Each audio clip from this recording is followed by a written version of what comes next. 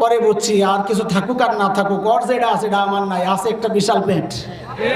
ওটা দেখেই তো পাবলিকের শান্তি, আর নাইলে কেন যায়? হ্যাঁ, এই জন্যই কবি বলেন গর্ব সুরত आदमी इंसाबुदे মোহাম্মদ আবু জাহাল হাম এক সাবুদে।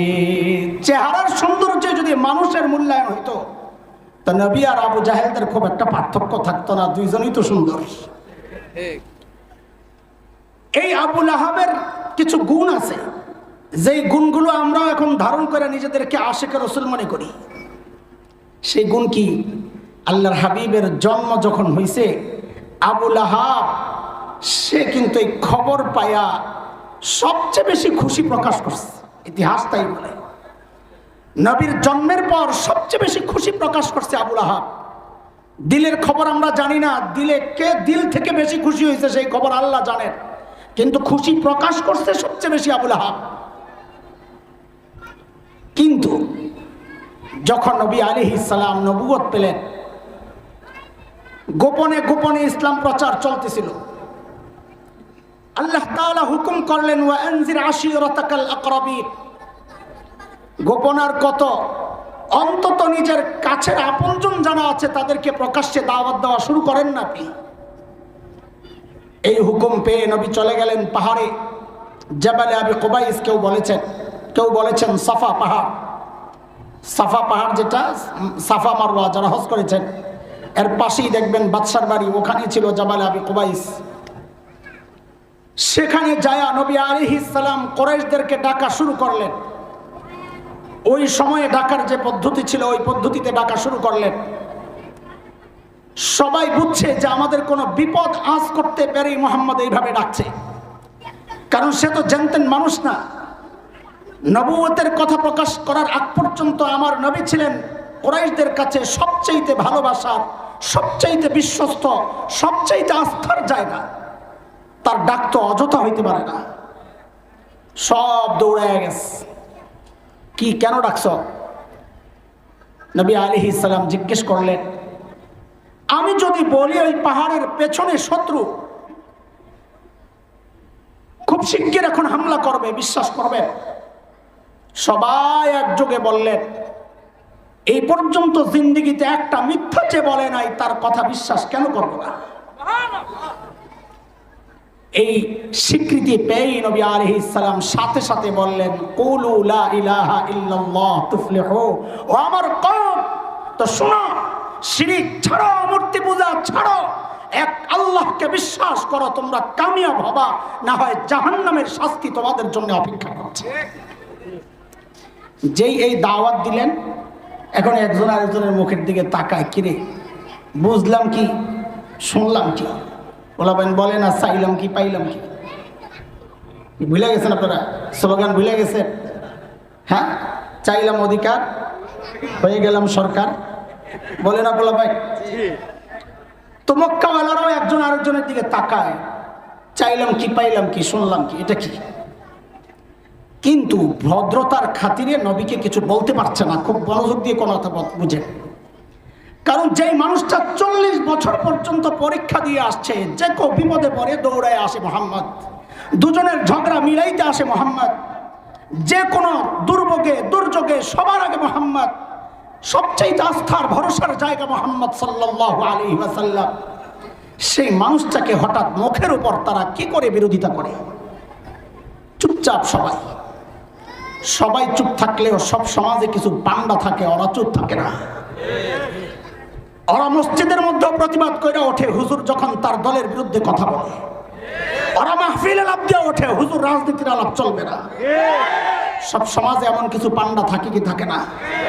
ওই সমাজেও এক পান্ডা আছিল, যেই পান্ডার নাম হচ্ছে আব্দুল উজ্জা, যাকে আমরা চিনি কি নামে বলেন? আসল নাম বলেন, মুখস্থ করেন, আসল নাম? আবু লাহাব লাফ দিয়ে উঠছে, হাতে পাথর, হাতে। এ মোহাম্মদ, এই জন্য ডাকছো? পাথর মারতে গেছে। ওহো, রাস্তায় নিজেকে কেউ গালি দিলে সহ্য হয়, নিজেকে কিছু বললে সহ্য হয়, কিন্তু নিজের আপনজনকে নিয়ে কেউ কটূক্তি করলে তার সহ্য হয় না। কিছু বিষয় আছে মেনে নেওয়া যায়, কিছু বিষয় আছে ছাড় দেওয়া যায় না। আল্লাহ ছাড় দেন নাই এই জায়গায়। যে আবু লাহাব পাথর উঠায় বলছে মুহাম্মদ তুই ধ্বংস হ, আল্লাহ আরশে আজিম থেকে আয়াত পাঠায়া দিয়েছেন আবু লাহাব তুই ধ্বংস হ, তোর ধ্বংস অনিবার্য। তাব্বাত ইয়াদা আবি লাহাবি ওয়া তাব। আমি এই কথা একটু পরে আসছি, এই সূরার এই আয়াত থেকে আবার ঢুকবো ইনশাআল্লাহ। মাঝখানে একটা কথা বলে নেই, আল্লাহ তাআলা চুপ ছিলেন না, জবাব দিয়েছেন। বলেন আমাকে, জবাব দিয়েছেন না দেন নাই? আমাদের এই সমাজের কিছু মানুষ আছে মস্তিষ্ক বিকৃত, উলামায়ে উম্মত, তাওহীদি জনতা, নাস্তিক মুরতাদ, আল্লাহর নবীর দুশমনদের বিরুদ্ধে যখন আওয়াজ ওঠায়, তাদের উচ্চারণগুলো যখন কঠোর হয়, কঠিন হয়, বিশেষ করে আমাদের প্রিয় ভাই শেখুল হাদিস ইবনে শেখুল হাদিস আল্লামা মামুনুল হক যখন বাতিলের চোখে চোখ রেখে হুঙ্কার দেয়, তখন কিছু মিচমিচে শয়তান আছে, মিনমিনে শয়তান, এরা আস্তে করে আওয়াজ ওঠায়। রহমতের নবীর ওয়ারিসদের আবার এত হুঙ্কার কেন? শুনে রাখো, রহমতের নবীরকে যখন গালি দেওয়া হয়েছে তখন আল্লাহ চুপ থাকেন নাই, আল্লাহ জবাব দিয়েছেন। আমার নবীকে গালি দিলে রহমতের নবীর ওয়ারিসটাও চুপ থাকতে পারে না, চুপ থাকতে।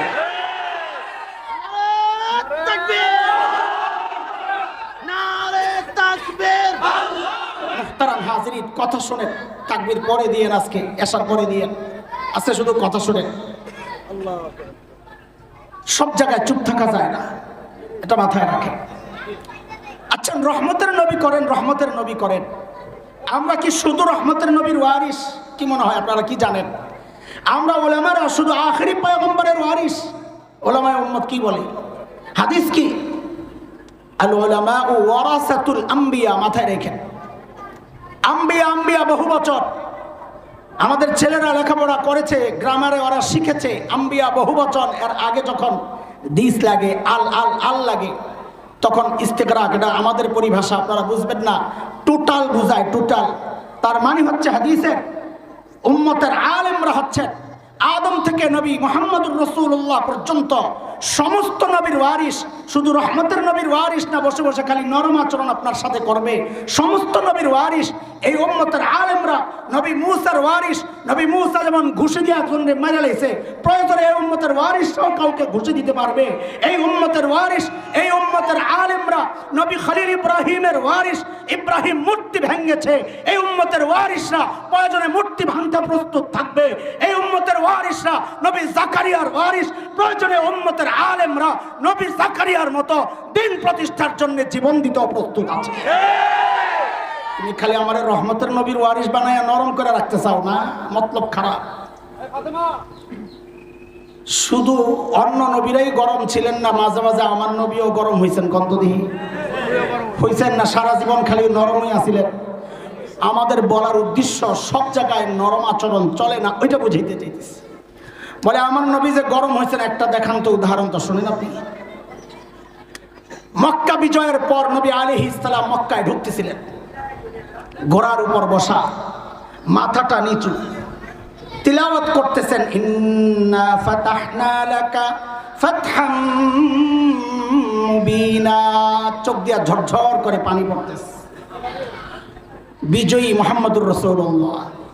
দুনিয়ার মানুষ যখন বিজয়ী হয়, তখন আপনজনের প্রতিপক্ষের সম্পদ ধ্বংস করতে করতে ঢুকে, তাই না? কথাগুলো অনেকের ভালো লাগবে না, এটাই বাস্তবতা। দুনিয়ার মানুষ যখন বিজয়ী হয়, প্রতিপক্ষের সম্পদ লুট করতে করতে, ধ্বংস করতে করতে ঢুকে।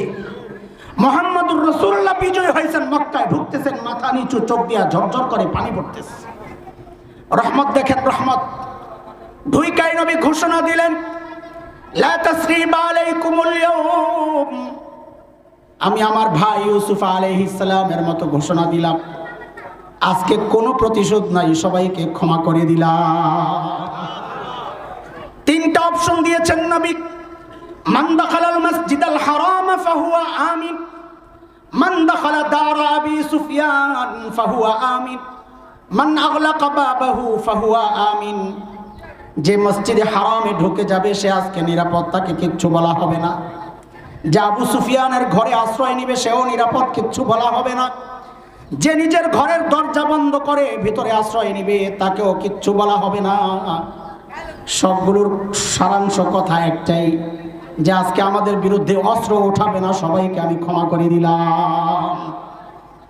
এই পর্যন্তই রহমতের নবীর একটা পরিচয়। মনোযোগ আছে, সূক্ষ্ম বিষয়। এই পর্যন্তই রহমতের নবীর এক পরিচয়। সাথেই নবী তারা আরেকটা পরিচয় প্রকাশ করেছেন। নবী চাইলেই কি সবাইরে মাফ করে দিতে পারেন? আল্লাহর কোনো বিধান যদি থাকে, আল্লাহর যদি কোনো বিধান থাকে অমুকরে মাফ করা যাবে না, নবী চাইলেই কি তারে মাফ করতে পারবেন? তো আল্লাহর তো একটা বিধান আছে সূরা আহজাবের মধ্যে, মালউনিনা আইনামা সুকিফু উখিযু ওয়া কুতিলু তাকতিলা। যারা মালাউন তাদেরকে যেখানে পাওয়া যাবে ধরেই হত্যা করা লাগবে। কাদেরকে? কাদেরকে? জোরে কর। আমরা মালাউন হুজুররা কষ্ট করে উচ্চারণ করলে পাবলিক বুঝবে না, আপনারা যেটা কোন ওইটাই মালাউন বলে। কাদেরকে পাইলে ধইরেই মারতে হবে? হ্যাঁ, বাকি মালাউনের ব্যাখ্যা আছে। আপনার কাছে মালাউন মানে হিন্দু? না না না, হিন্দু পাইলে ধরে মারা শুরু করে। মালাউন কাকে বলে? এর দুই আয়াত আগে আল্লাহ নিজে বলেছেন মালাউন কারা। ইন্নাল্লাযীনা ইউযুনাল্লাহা ওয়া রাসূলাহু লা'নাহুমুল্লাহু ফিদ দুনিয়া ওয়াল আখিরাহ। যারা আল্লাহ আল্লাহর রাসূলকে কষ্ট দেয় তারা হইল মালাউন। তার নাম মুসলমান হোক, যদি নবীর রাসূলকে কষ্ট দেয়, আল্লাহ আল্লাহর রাসূলকে কষ্ট দেয়, তারা মালাউন। সে মুসলমান হোক, হিন্দু হোক, দাড়িওয়ালা হোক, দাড়ি ছাড়া হোক, সে তাহাজ্জুদ পড়নেওয়ালা হোক, 80 রাকাতওয়ালা হোক, সকালে উচ্চ কোরআন পড়ুক, যাই করুক না করুক, যদি আল্লাহ আল্লাহর রাসূলকে কষ্ট দেয় সে মালাউন। তারে যেখানে পাওয়া যাবে ধইরা ঝুলাইয়া ঝুলাইয়া পিটাইতে হবে। কথা হাসান জামিলের না আল্লাহ কথা কার? সবাইরে মাফ করা যাবে না দোস্ত, সব জায়গায় ছাড় দেওয়া যায় না। নবীও ঘোষণা দিয়ে দিলেন, শুনো উলামায়ে কেরাম শুনেন, নবীও ঘোষণা দিলেন না সবাইকে ক্ষমা করা যাবে না। জগৎ বিখ্যাত আলিম শেখ ইবনে তাইমিয়া রাহমাতুল্লাহি আলাইহি, তার একটা বিখ্যাত কিতাব আছে কাদেরকে ক্ষমা করা যাবে না এই বিষয়ে। নাম হচ্ছে আস-সারিমুল মাসলুল আলা শাতিমির রাসূল। নবীকে যারা গালি দেয় তাদের কি শাস্তি সম্পর্কে অনেক সুন্দর কিতাব, ওলামারা পড়বেন। তিনি সেখানে গণে গণে 15 জনের নাম উল্লেখ করছেন। নবী মক্কায় ঢুকে আম ক্ষমা ঘোষণার পরেও যেই 15 জন নবীকে গালি দিয়েছে, কষ্ট দিয়েছে, মানুষকে কষ্ট দিয়েছে, নবীর পরিবারকে কষ্ট দিয়েছে, মুসলমানদেরকে কষ্ট দিয়েছে, নবী এইরকম 15 জনের নাম ঘোষণা করলেন, এদেরকে যেখানেই পাওয়া যাবে ধইরা হত্যা করতে হবে। বলেন কয়জন? দেখেন রহমতের নবীর আরেক চেহারা দেখাইতেছি আপনাদেরকে। আপনাদের এক চেহারাই দেখি যে মাইর খায় দোয়া করে, খালি আমগরে এটা হোনা যে নবী উহুদে মাইর খাইছেন দোয়া করছেন, তাইফে মাইর খাইছেন দোয়া করছেন, আপনারা বদদোয়া করতেছেন। আপনারা আবার কোন রসুলের ওয়ারিস? এই খোসা আমগরে দেয় কি দেয় না? পাবলিক এই খোসা আমগরে দেয় কি দেয় না? তো দেখেন আমার রহমতের রসুলের আরেকটা চেহারাও আছে, ওটা আপনাদেরকে শোনাইতেছি। কয়জনের নাম ঘোষণা হয়েছে?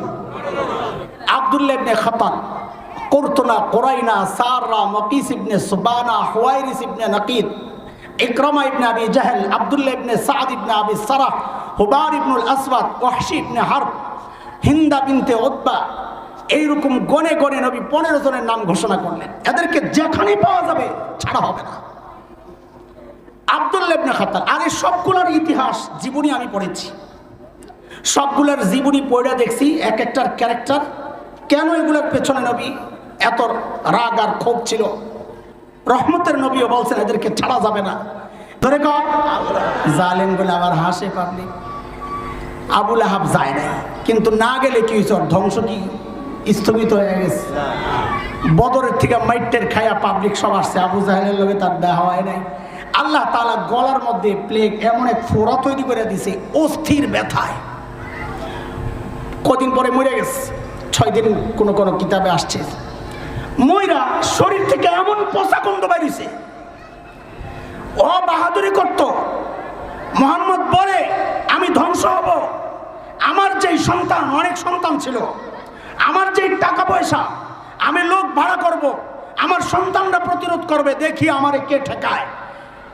কর্মী বাহিনী দিয়া, পুলিশ দিয়া বাহাদুরি দেখাও। আবু লাহাব ওই দেখাইতো।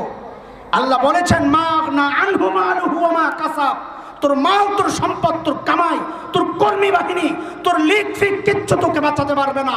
আযাব যখন আসছে, আবু লাহাবের আযাব আসছে, ধ্বংস হয়েছে, 6 দিন পর্যন্ত ঘরের মধ্যে পড়েছিল, দুর্গন্ধে কেউ কাছে আসে নাই। পরে সন্তানরা হাবশি গোলাম ভাড়া কইরা আবু লাহাবের লাশ নিয়া দূরে গর্তের মধ্যে ফালাইয়া পাথর দিয়া চাপা দিয়া ওকে এলাকা থেকে দূর করেছে।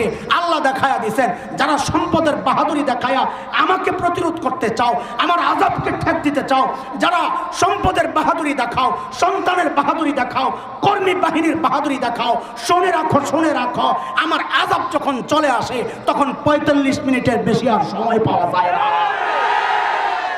আল্লাহ দেখায় দিয়েছেন না, দেন নাই? আল্লাহ দেখাইছেন তো আগেই, তুমি চিনো নাই, বুঝো নাই, তোমার সমস্যা। এই জন্য আমরা এখন বলতেছি যেন আর কেউ এই সমস্যায় না পড়ে। আল্লাহ বলেন তাব্বাত ইয়াদা আবি লাহাবিন ওয়া তাব মা আগনা আনহু মালুহু ওয়া মা কাসাব সায়াসলা নারান যাতা লাহাব ওয়া ইমরাআতুহু। আবু লাহাব জাহান্নামে যাবে, যাবে লগে বউরেও লইয়া যাবে, ম্যাডাম রেও। পোলাবান কথা না বলে আমি আর কথা কব না, কারো লইয়া যাবো ক। বেটির নাম কি? আবু লাহাবের বউর নাম কি? মাশাআল্লাহ, উম্মে জামিল বিনতে হারব ইবনে উমাইয়া। বলে কেমন কও? মাশাআল্লাহ, উম্মে জামিল বিনতে হারব ইবনে উমাইয়া। এই বেটি ছিল আরেকটা, যেই শুনছে নবী তার বিরুদ্ধে আয়াতের মধ্যে ঢুকাইছে, আল্লাহ নাজিল করছে নবীর কি দোষ। জামের মতো হাতে পাথর লইছে, নবীরে মারবে, খুঁজতেছে নবী কই। খুঁজতে খুঁজতে গেছে কাবার কাছে। আল্লাহর হাবিব কাবার পাশে বৈশা বৈশা তিলাওয়াত করতেছেন। উম্মে জামিল আসতেছে, আবু বকর দেখছেন, দেখে বলতেছেন ইয়া রাসূলুল্লাহ, উম্মে জামিল আসতেছে, ওর মতি গতি ভালো না, হাতে পাথর তো। আল্লাহু আকবার। আল্লাহর হাবিব বলেন আবু বকর পেরেশান হয়েন না, ওরে আসতে দেন, আসতে দেন, ও আইসা আমারে দেখবেই না। আপনার কাছে অবাক লাগে নাই? আজ তো একটা মানুষ বসে রয়েছে, কয় দেখবো না, অবাক লাগে নাই? তো সুবহানাল্লাহ কি বাড়ি যেয়ে পড়বেন? কেন দেখবে না? দেখবে না কেন? আস্থা মানুষ বয়ে রয়েছে, দেখবে না কেন? যাবে কয়ে জিন নাকি? এই পাবলিক তো পায়ে যাবো যে আমার নবী নূরের তৈরি, আর লেগে দেখবো না। না, ঘটনা ওইটা না। সূরা বনি ইসরাইল আয়াত 45। কত? 45 নম্বর আয়াতে আল্লাহ এটা আগেই জানাইয়া দিয়েছেন কি, وَإِذَا قَرَأْتَ الْقُرْآنَ جَعَلْنَا بَيْنَكَ وَبَيْنَ الَّذِينَ لَا يُؤْمِنُونَ بِالْآخِرَةِ حِجَابًا مَسْتُورًا। নবী আপনি যখন তিলাওয়াত করবেন, আপনার আর বেঈমানদের মাঝখান দিয়ে আমি নিরাপত্তা পর্দা দিয়ে দিব, ওরা আপনাকে দেখবেই না। নবী তিলাওয়াত করতেছেন, উম্মে জামিল আয়েশা খালি খোঁজে আবু বকর রে, কয় এই তোর নবী কই?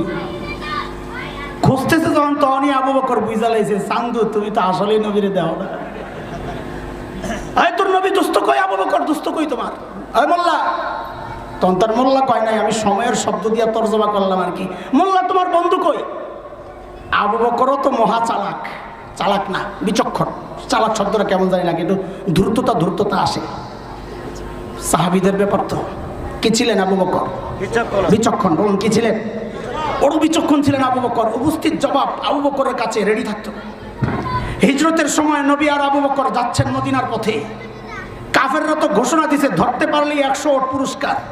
সবাই খোঁজা শুরু করছে যদি লাগা যায়। খবর ছড়াইয়া গেছে এমন জায়গায়ও যারা নবীও চেনে না, আবু বকরও চেনে না, তারাও খুঁজতেছে। এক জায়গায় ধরা পড়ছে, কিন্তু এরা নবীও চিনে না, আবু বকরও চিনে না। আবু বকর সামনে, নবী পেছনে। আবু বকরকে ধরছে, ধইরা জিজ্ঞেস করতেছে মাম্মাক, তোমার সাথের এই লোকটা কি? দেখছেন কি বেজাল। এখন আবু বকর যদি কয় লা আরিফুহু, আমি বেটারে চিনি না, তো মিথ্যা কথা হয়, আবু বকরের সিদ্দিক কাটা যাবে। হ্যাঁ, আর যদি বলেন হাজা নবিয়ুনা, তিনি আমাদের নবী, তো নবী কাটা যাবে। কি বিপদ। সাইয়েদনা আবু বকর তো চালাক, তোমরা মৌলবি করে ব্যাককল মনে করো না। এই আবু বকরের ওয়ারিসরাও সরল সোজা, ব্যাককল না। যার সিনার মধ্যে আসমানি এলেম আছে সে বোকা হইতে পারে না।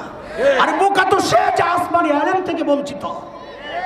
যেই আবু বকরকে জিজ্ঞেস করছে মাম্মা, সাথের লোকটাকে আবু বকর আস্তে করে জবাব দিয়ে দিয়েছেন, হাজার রাজুল ইয়াহদিনি, এই লোকটা আমারে রাস্তা দেখায়, এই লোকটা আমারে রাস্তা দেখায়। বেটারা মনে করছে কি ওই আবু বকর রাস্তা চিনে না, নবী পেছন থেকে কয় ডাইনে বামে সোজা, এটা মনে করছে। কিন্তু আবু বকরের নিয়ত এটা ছিল না, শব্দ একটা উজ্জ্বল রাখছে, মানে হাজার রাজুল ইয়াহদিনি ইলাল জান্নাহ, এই লোকটা আমারে জান্নাতের রাস্তা দেখায়। কথা কি মিথ্যা না সত্য? উম্মে জামিলা আয়েশা যখন জিজ্ঞেস করছে, এই মোল্লা তোর বন্ধু মুহাম্মদ কোথায়, বিচক্ষণ আবু বকর আস্তে করে জবাব দিয়া দিয়েছেন, খুঁজা দেখো। কি কয়? খুঁজা দেখো। ও হুজুররা জানে এটা গ্রামারের ব্যাপার, জুমলা ইনশাইয়া নাও, সিদকিসবের ইহতিমাল নাই। খুঁজে দেখো, এই কথার মধ্যে সত্য মিথ্যা থাকে না। যে সমস্ত শব্দ প্রশ্নবোধক, নির্দেশ, নিষেধ, এগুলোর মধ্যে সত্য মিথ্যার ব্যাপার থাকে না। খুঁজে দেখো এর মানে হচ্ছে তুমি খুঁজে দেখো, আমাকে কেন জিজ্ঞেস করো? কিন্তু অবুঝছে আবু বকর জানে না, এই জন্যে কই আছে আমারই খুঁজতে হবে। বিচক্ষণতা দেখছেন? উম্মে জামিল লাগছে নবীর পিছনে, আল্লাহ কয় ওয়ামরাতু আবু লাহাব, তুইও জাহান্নামে যাবি, তোর বউরাও যাবে। এই কথাগুলো আমার বলার মাকসাদ না, আমার কাম হলো আরেক জায়গায়। এ দোস্ত, আবু লাহাবের বউয়ের নাম আপনাকে মনে আছে? বলেন তো। এই যে বললাম আমি, দুদিন পরে তো ভুলেও যাইতে পারেন, ঠিক না? কিন্তু আমার জিজ্ঞাসা, আবু জাহেলের নাম কি ভুলেন আপনারা? মানুষ আবু জাহেলকে আবু লাহাবের চেয়েও বেশি চিনে, আবু লাহাবের বউয়ের চেয়ে তো অবশ্যই। তাই আল্লাহ তাআলা আবু লাহাবের সাথে আরেকটা পান্ডা, আবু লাহাব যদি হয় সভাপতি তো আবু জাহেল তো সেক্রেটারি, আবু জাহেল যদি হয় সভাপতি তো আবু লাহাব সেক্রেটারি। আল্লাহ তাআলা সভাপতির নাম উল্লেখ করছেন, সেক্রেটারির নামে না উল্লেখ করা দরকার, তা না কইরা তার চেয়ে ছোট পান্ডি ওইটার নাম উম্মে জামিলের কথা কেন আনলেন, আবু জাহেলের কথা কেন আনলেন না? প্রশ্ন জাগে। আল্লাহ এখানে দুই পান্ডাকে উল্লেখ করা উদ্দেশ্য আল্লাহর না, আল্লাহ মানুষের সামনে উল্লেখ করতে চাচ্ছেন আমি এক পান্ডার কথা উল্লেখ করলাম, সাথে তার সহযোগীর কথা উল্লেখ করলাম। দুনিয়াবাসী শুনে রাখো, কিয়ামত পর্যন্ত যারা মূল ভূমিকায় থাকবে এদেরকেও আমি ছাড়বো না। যারা সহযোগী হবে বলে আমি তো হুজুরে গালি দেই নাই, কুলাঙ্গার দল তো করছস, আমি হুজুরের সাথে বিরুদ্ধাচরণ করি নাই, কুলাঙ্গার তোর নেতারে সাপোর্ট তো করছস, আমি হুজুরকে খোঁচাই নাই, জেলখানায় তো আমি পৌঁছাই নাই, নবীরে আমি তো গালি দেই নাই, এমন বলে বলেও সমাজে কেউ কেউ বাঁচতে চায়। আল্লাহ জানায়া দিচ্ছেন বাঁচার কোনো উপায় নাই। যারা মূল ভূমিকায় ছিল এদেরকেও ছাড় দেওয়া যাবে না, যারা ভূমিকা নেয় নাই কিন্তু সহযোগী ছিল এদের একটাকেও ছাড় দেওয়া যাবে না, ছাড় দেওয়া যাবে না।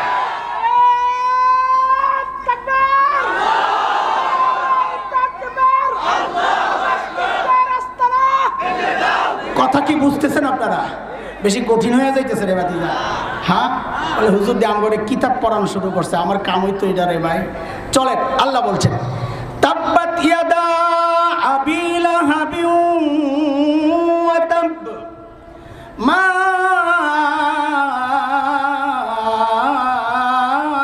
আগনা আনহু মালুহু ওয়া মা কাসাব সায়াসলা নারান যাতা লাহাবিন ওয়া ইমরাতুহু হাম্মালাতাল হাতাব ফি জিদিহা হাবলুম মিন মাসাদ। আবু লাহাবের বউয়ের একটা বদগুণ আর কি, খারাপ স্বভাব আল্লাহ কোরআনে আনছেন, খেয়াল করেন। হাম্মালাতাল হাতাব, হাম্মাল আরবিতে হাম্মাল বলে ওই যে মাল টানে যারা, কুলি, কুলি আরবিতে, কুলির আরবি কি? হাম্মাল। হাম্মাল মাথায় হাতাব মানে শুকনা লাকড়ি। আবু লাহাবের বউকে আল্লাহ বলছেন সে শুকনা লাকড়ি বহনকারিনী, মানে হিটার। মুফাসসিররা অনেকগুলো অর্থ করেছেন, খেয়াল করেন, এগুলো সমাজের সাথে বাস্তবতায় পুরা 100তে 100 ফিট। লাকড়ি মাথায় নিয়ে নিয়ে কি করতো আবু লাহাবের বউ?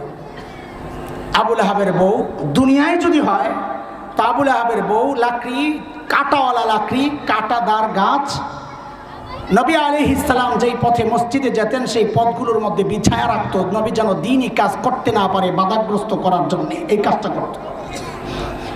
আজকের দুনিয়ায়ও যারা দিন মানতে মানুষকে বাধার সৃষ্টি করে, দিনদার মানুষকে মানুষের সামনে উলঙ্গ করার চেষ্টা করে, মসজিদ মাদ্রাসার বিরুদ্ধাচরণ করে, দ্বীনি আন্দোলনের বিরুদ্ধাচরণ করে, রাজনীতির সাথে ইসলাম চলবে না এই কথাগুলো যারা বলতে চায়, কোরআনী শাসনের বিরুদ্ধে যারা দাঁড়াইতে চায়, সবগুলো আবু লাহাবের বউয়ের মতো দিন বিরোধিতায় সেই যে বাধার সৃষ্টি করত হাম্মালাতুল হাতাব, তারাও আবু লাহাবের বউয়ের নেতৃত্বে সবগুলো জাহান্নামে যাবে। কোন কোন মুফাসসির এক অর্থ করছেন, এটা শেষ হয় নাই, আরেক অর্থ করছেন আবু লাহাব তার বউরে শেল্টার দিছে দেখেই তো এই বেডি এই লাফাইছে না। জামাই যদি নেতা না হইতো বেডি এত কিছু করার সাহস পাইতো? কথা কর, জামাইয়ের শেল্টারে এই কাম করছে। তো আল্লাহ বলতেছেন, শোনো, যেই বউ দুনিয়ায় তোমার সহযোগী ছিল, বিপদের সময় উল্টা সে তোমার বিরুদ্ধাচরণ করবে। কেমনে? জাহান্নামে। আল্লাহ জাহান্নামের যে ইন্ধন, আগুন জ্বালানোর যে ইন্ধন, মূর্তি আর পাথর, ইন্নাকুম ওয়া তা'বুদুনা মিন দুনিল্লাহ হাসাবু জাহান্নাম, জাহান্নামের যে ইন্ধন হবে, আবু লাহাবকে জ্বালানোর সময় আল্লাহ বউরে ফিট করবেন তোর জামাইয়ের আগুন লাগানোর জন্য, তুই যাইয়া ইন্ধনগুলা মাথায় কইরা কইরা আইনা ফালা। আল্লাহ শিখাইয়া দিছেন, যারে দিয়া দুনিয়ায় তুমি আমার বন্ধুর বিরুদ্ধাচরণ করেছ, তোমার বিপদের সময় আমি তাদেরকেই তোমার বিরুদ্ধে লাগায় রাখবো। আজকে এটা আমরা স্পষ্ট দেখতে পাচ্ছি যে পুলিশকে দিয়া তুমি আমাদেরকে সাইজ করার চেষ্টা করেছ, আজকে আরাই তোমাদেরকে রাস্তায় রাস্তায় খুঁজে, যে বিডিআর দিয়ে আমাদেরকে সাইজ করার চেষ্টা করেছ, আজকে বর্ডারে তারাই তোমাদেরকে পিটাইয়া পিটাইয়া পুলিশের কাছে হস্তান্তর করে, যে সেনাবাহিনীকে বিডিআর বিদ্রোহের মাধ্যমে ধ্বংস করার চেষ্টা করেছ, সেই সেনারা আজকে তোমাদেরকে দেশ ত্যাগ করতে বাধ্য করেছে। হাম্মালাতুল হাতাব। আমার সময় নাই, আজান আইতেছে, আমি তাড়াতাড়ি শেষ করতেছি, নাইলে আরো কিছু রাস্তা সিপা সাপা দিয়া কথা বাইর হইতো। সমাজ, এই সমাজ শোনাইতেছি। শেষ আয়াত, ফি জিদিহা হাবলুম মিন মাসাদ। ও মেয়েরা, বোনরা, শুনে রাখেন, আবু লাহাবের বউ গলার মধ্যে লোহার শেকল বা অলংকার পড়ে পড়ে মুক্ত মনা রাস্তায় উলঙ্গ হয়ে চলতো, বেপরদায় চলতো। আল্লাহ বলতেছেন জাহান্নামেও তার গলায় ওই রকম লোহার শেকল ঝুলাইয়া দেওয়া হবে। আজকে যারা রাস্তায় নোংরামি করো, বেপরদায় চলো, অশ্লীল পোশাকে চলো, আল্লাহ তোমাদেরকেও হুমকি দিয়ে জানায় দিচ্ছেন, তোরাও আবু লাহাবের বউয়ের মতো জাহান্নামে ওই রকম লোহার শেকল তোদের গলায়ও আমি ঝুলাইয়া দিব। আল্লাহ তাআলা এই সমস্ত ফিতনা থেকে আমাদেরকে হেফাজত করেন। সূরা লাহাবের আলোকে ওই আবু লাহাব এবং তার বউদের যেই স্বভাব, মুসলমানদের বিরুদ্ধাচরণ করা, আল্লাহ রসুলকে কষ্ট দেওয়া, আবু লাহাব আসেনি? আমার কথা কর, আমার শেষ কথা, আবু লাহাব আসেনি? উম্মে জামিল আসেনি? তো সূরা যে আছে, হেরা চলে যাওয়ার সাথে সাথে তো লগে করে সূরাটারে লয়ে যাওয়া দরকার ছিল। সূরা তো হেগবে পারে। হ্যাঁ, কি বুঝছেন? এটা কোরআন। কোরআন নাজিল হয় নির্দিষ্ট ঘটনা কেন্দ্রিক, কিন্তু তার বিধান থাকে কিয়ামত পর্যন্ত। আবু লাহাব কিয়ামত পর্যন্ত আসতেই থাকবে, শুধু নাম পাল্টাবে। উম্মে জামিল কিয়ামত পর্যন্ত আসতে থাকবে, শুধু যোগে যোগে কোনো সময় তাসলিমা হবে, কোনো সময় এটা হবে, কোনো সময় ওইটা হবে। উম্মে জামিলদের আশাও বন্ধ হবে না কিয়ামত পর্যন্ত, আবু লাহাবও আশা বন্ধ হবে না কিয়ামত পর্যন্ত। তা আল্লাহ সূরাও রেখে দিয়েছেন, কিয়ামত পর্যন্ত যেগুলাই আবু লাহাব হবে, দ্বীনের বিরুদ্ধে দাঁড়াবে, আল্লাহ রসুলকে কষ্ট দিবে, রসুলও তো নাই, রসুলের ওয়ারিসদেরকে কষ্ট দিবে, তারাও ওই আবু লাহাব আর উম্মে জামিলের মতো তাদের পরিণত হবে এরকম। তাদেরকে ধরার জন্যে আপনজন খুঁজা পাওয়া যাবে না, অন্য মানুষ দিয়া দূরে নিয়ে নিক্ষেপ করতে হবে ভারতের মাটিতে। কোন জায়গায়? জোরে কন্যা, ডরান না, সম্মান বুঝলাম না, কোন জায়গায়? দূরে ফালাইয়া দিতে হবে। কোন জায়গায়? কিসের শাস্তি? জুলুমের শাস্তি। কিসের শাস্তি? হযরত ওমর বলেছেন, কুফরি সহ, শিরিক সহ একটা রাষ্ট্র দাঁড়ায়া থাকতে পারে। হযরত আলীর কথা, কুফর সহ, জুলুম, শিরিক সহ একটা রাষ্ট্র দাঁড়ায়া থাকতে পারে, কিন্তু জুলুম সহ কেউ দাঁড়ায়া থাকতে পারে না। আমরা এগুলা পদে পদে দেখছি। শুধু দরকার এখন থেকে শিক্ষা নেওয়া। আল্লাহ যেন এমন পাপিষ্ঠদের কাতারে আমাদেরকে না ওঠায়। আল্লাহ আমাদেরকে হেফাজত করেন। আমরা ওলামাদের বিরুদ্ধে দাঁড়াতে চাই না, তাওহীদপন্থীদের বিরুদ্ধে দাঁড়াতে চাই না। আমরা তাদের সাথে বুকে বুক মিলাইয়া চলতে চাই। রাজি আছি ইনশাআল্লাহ।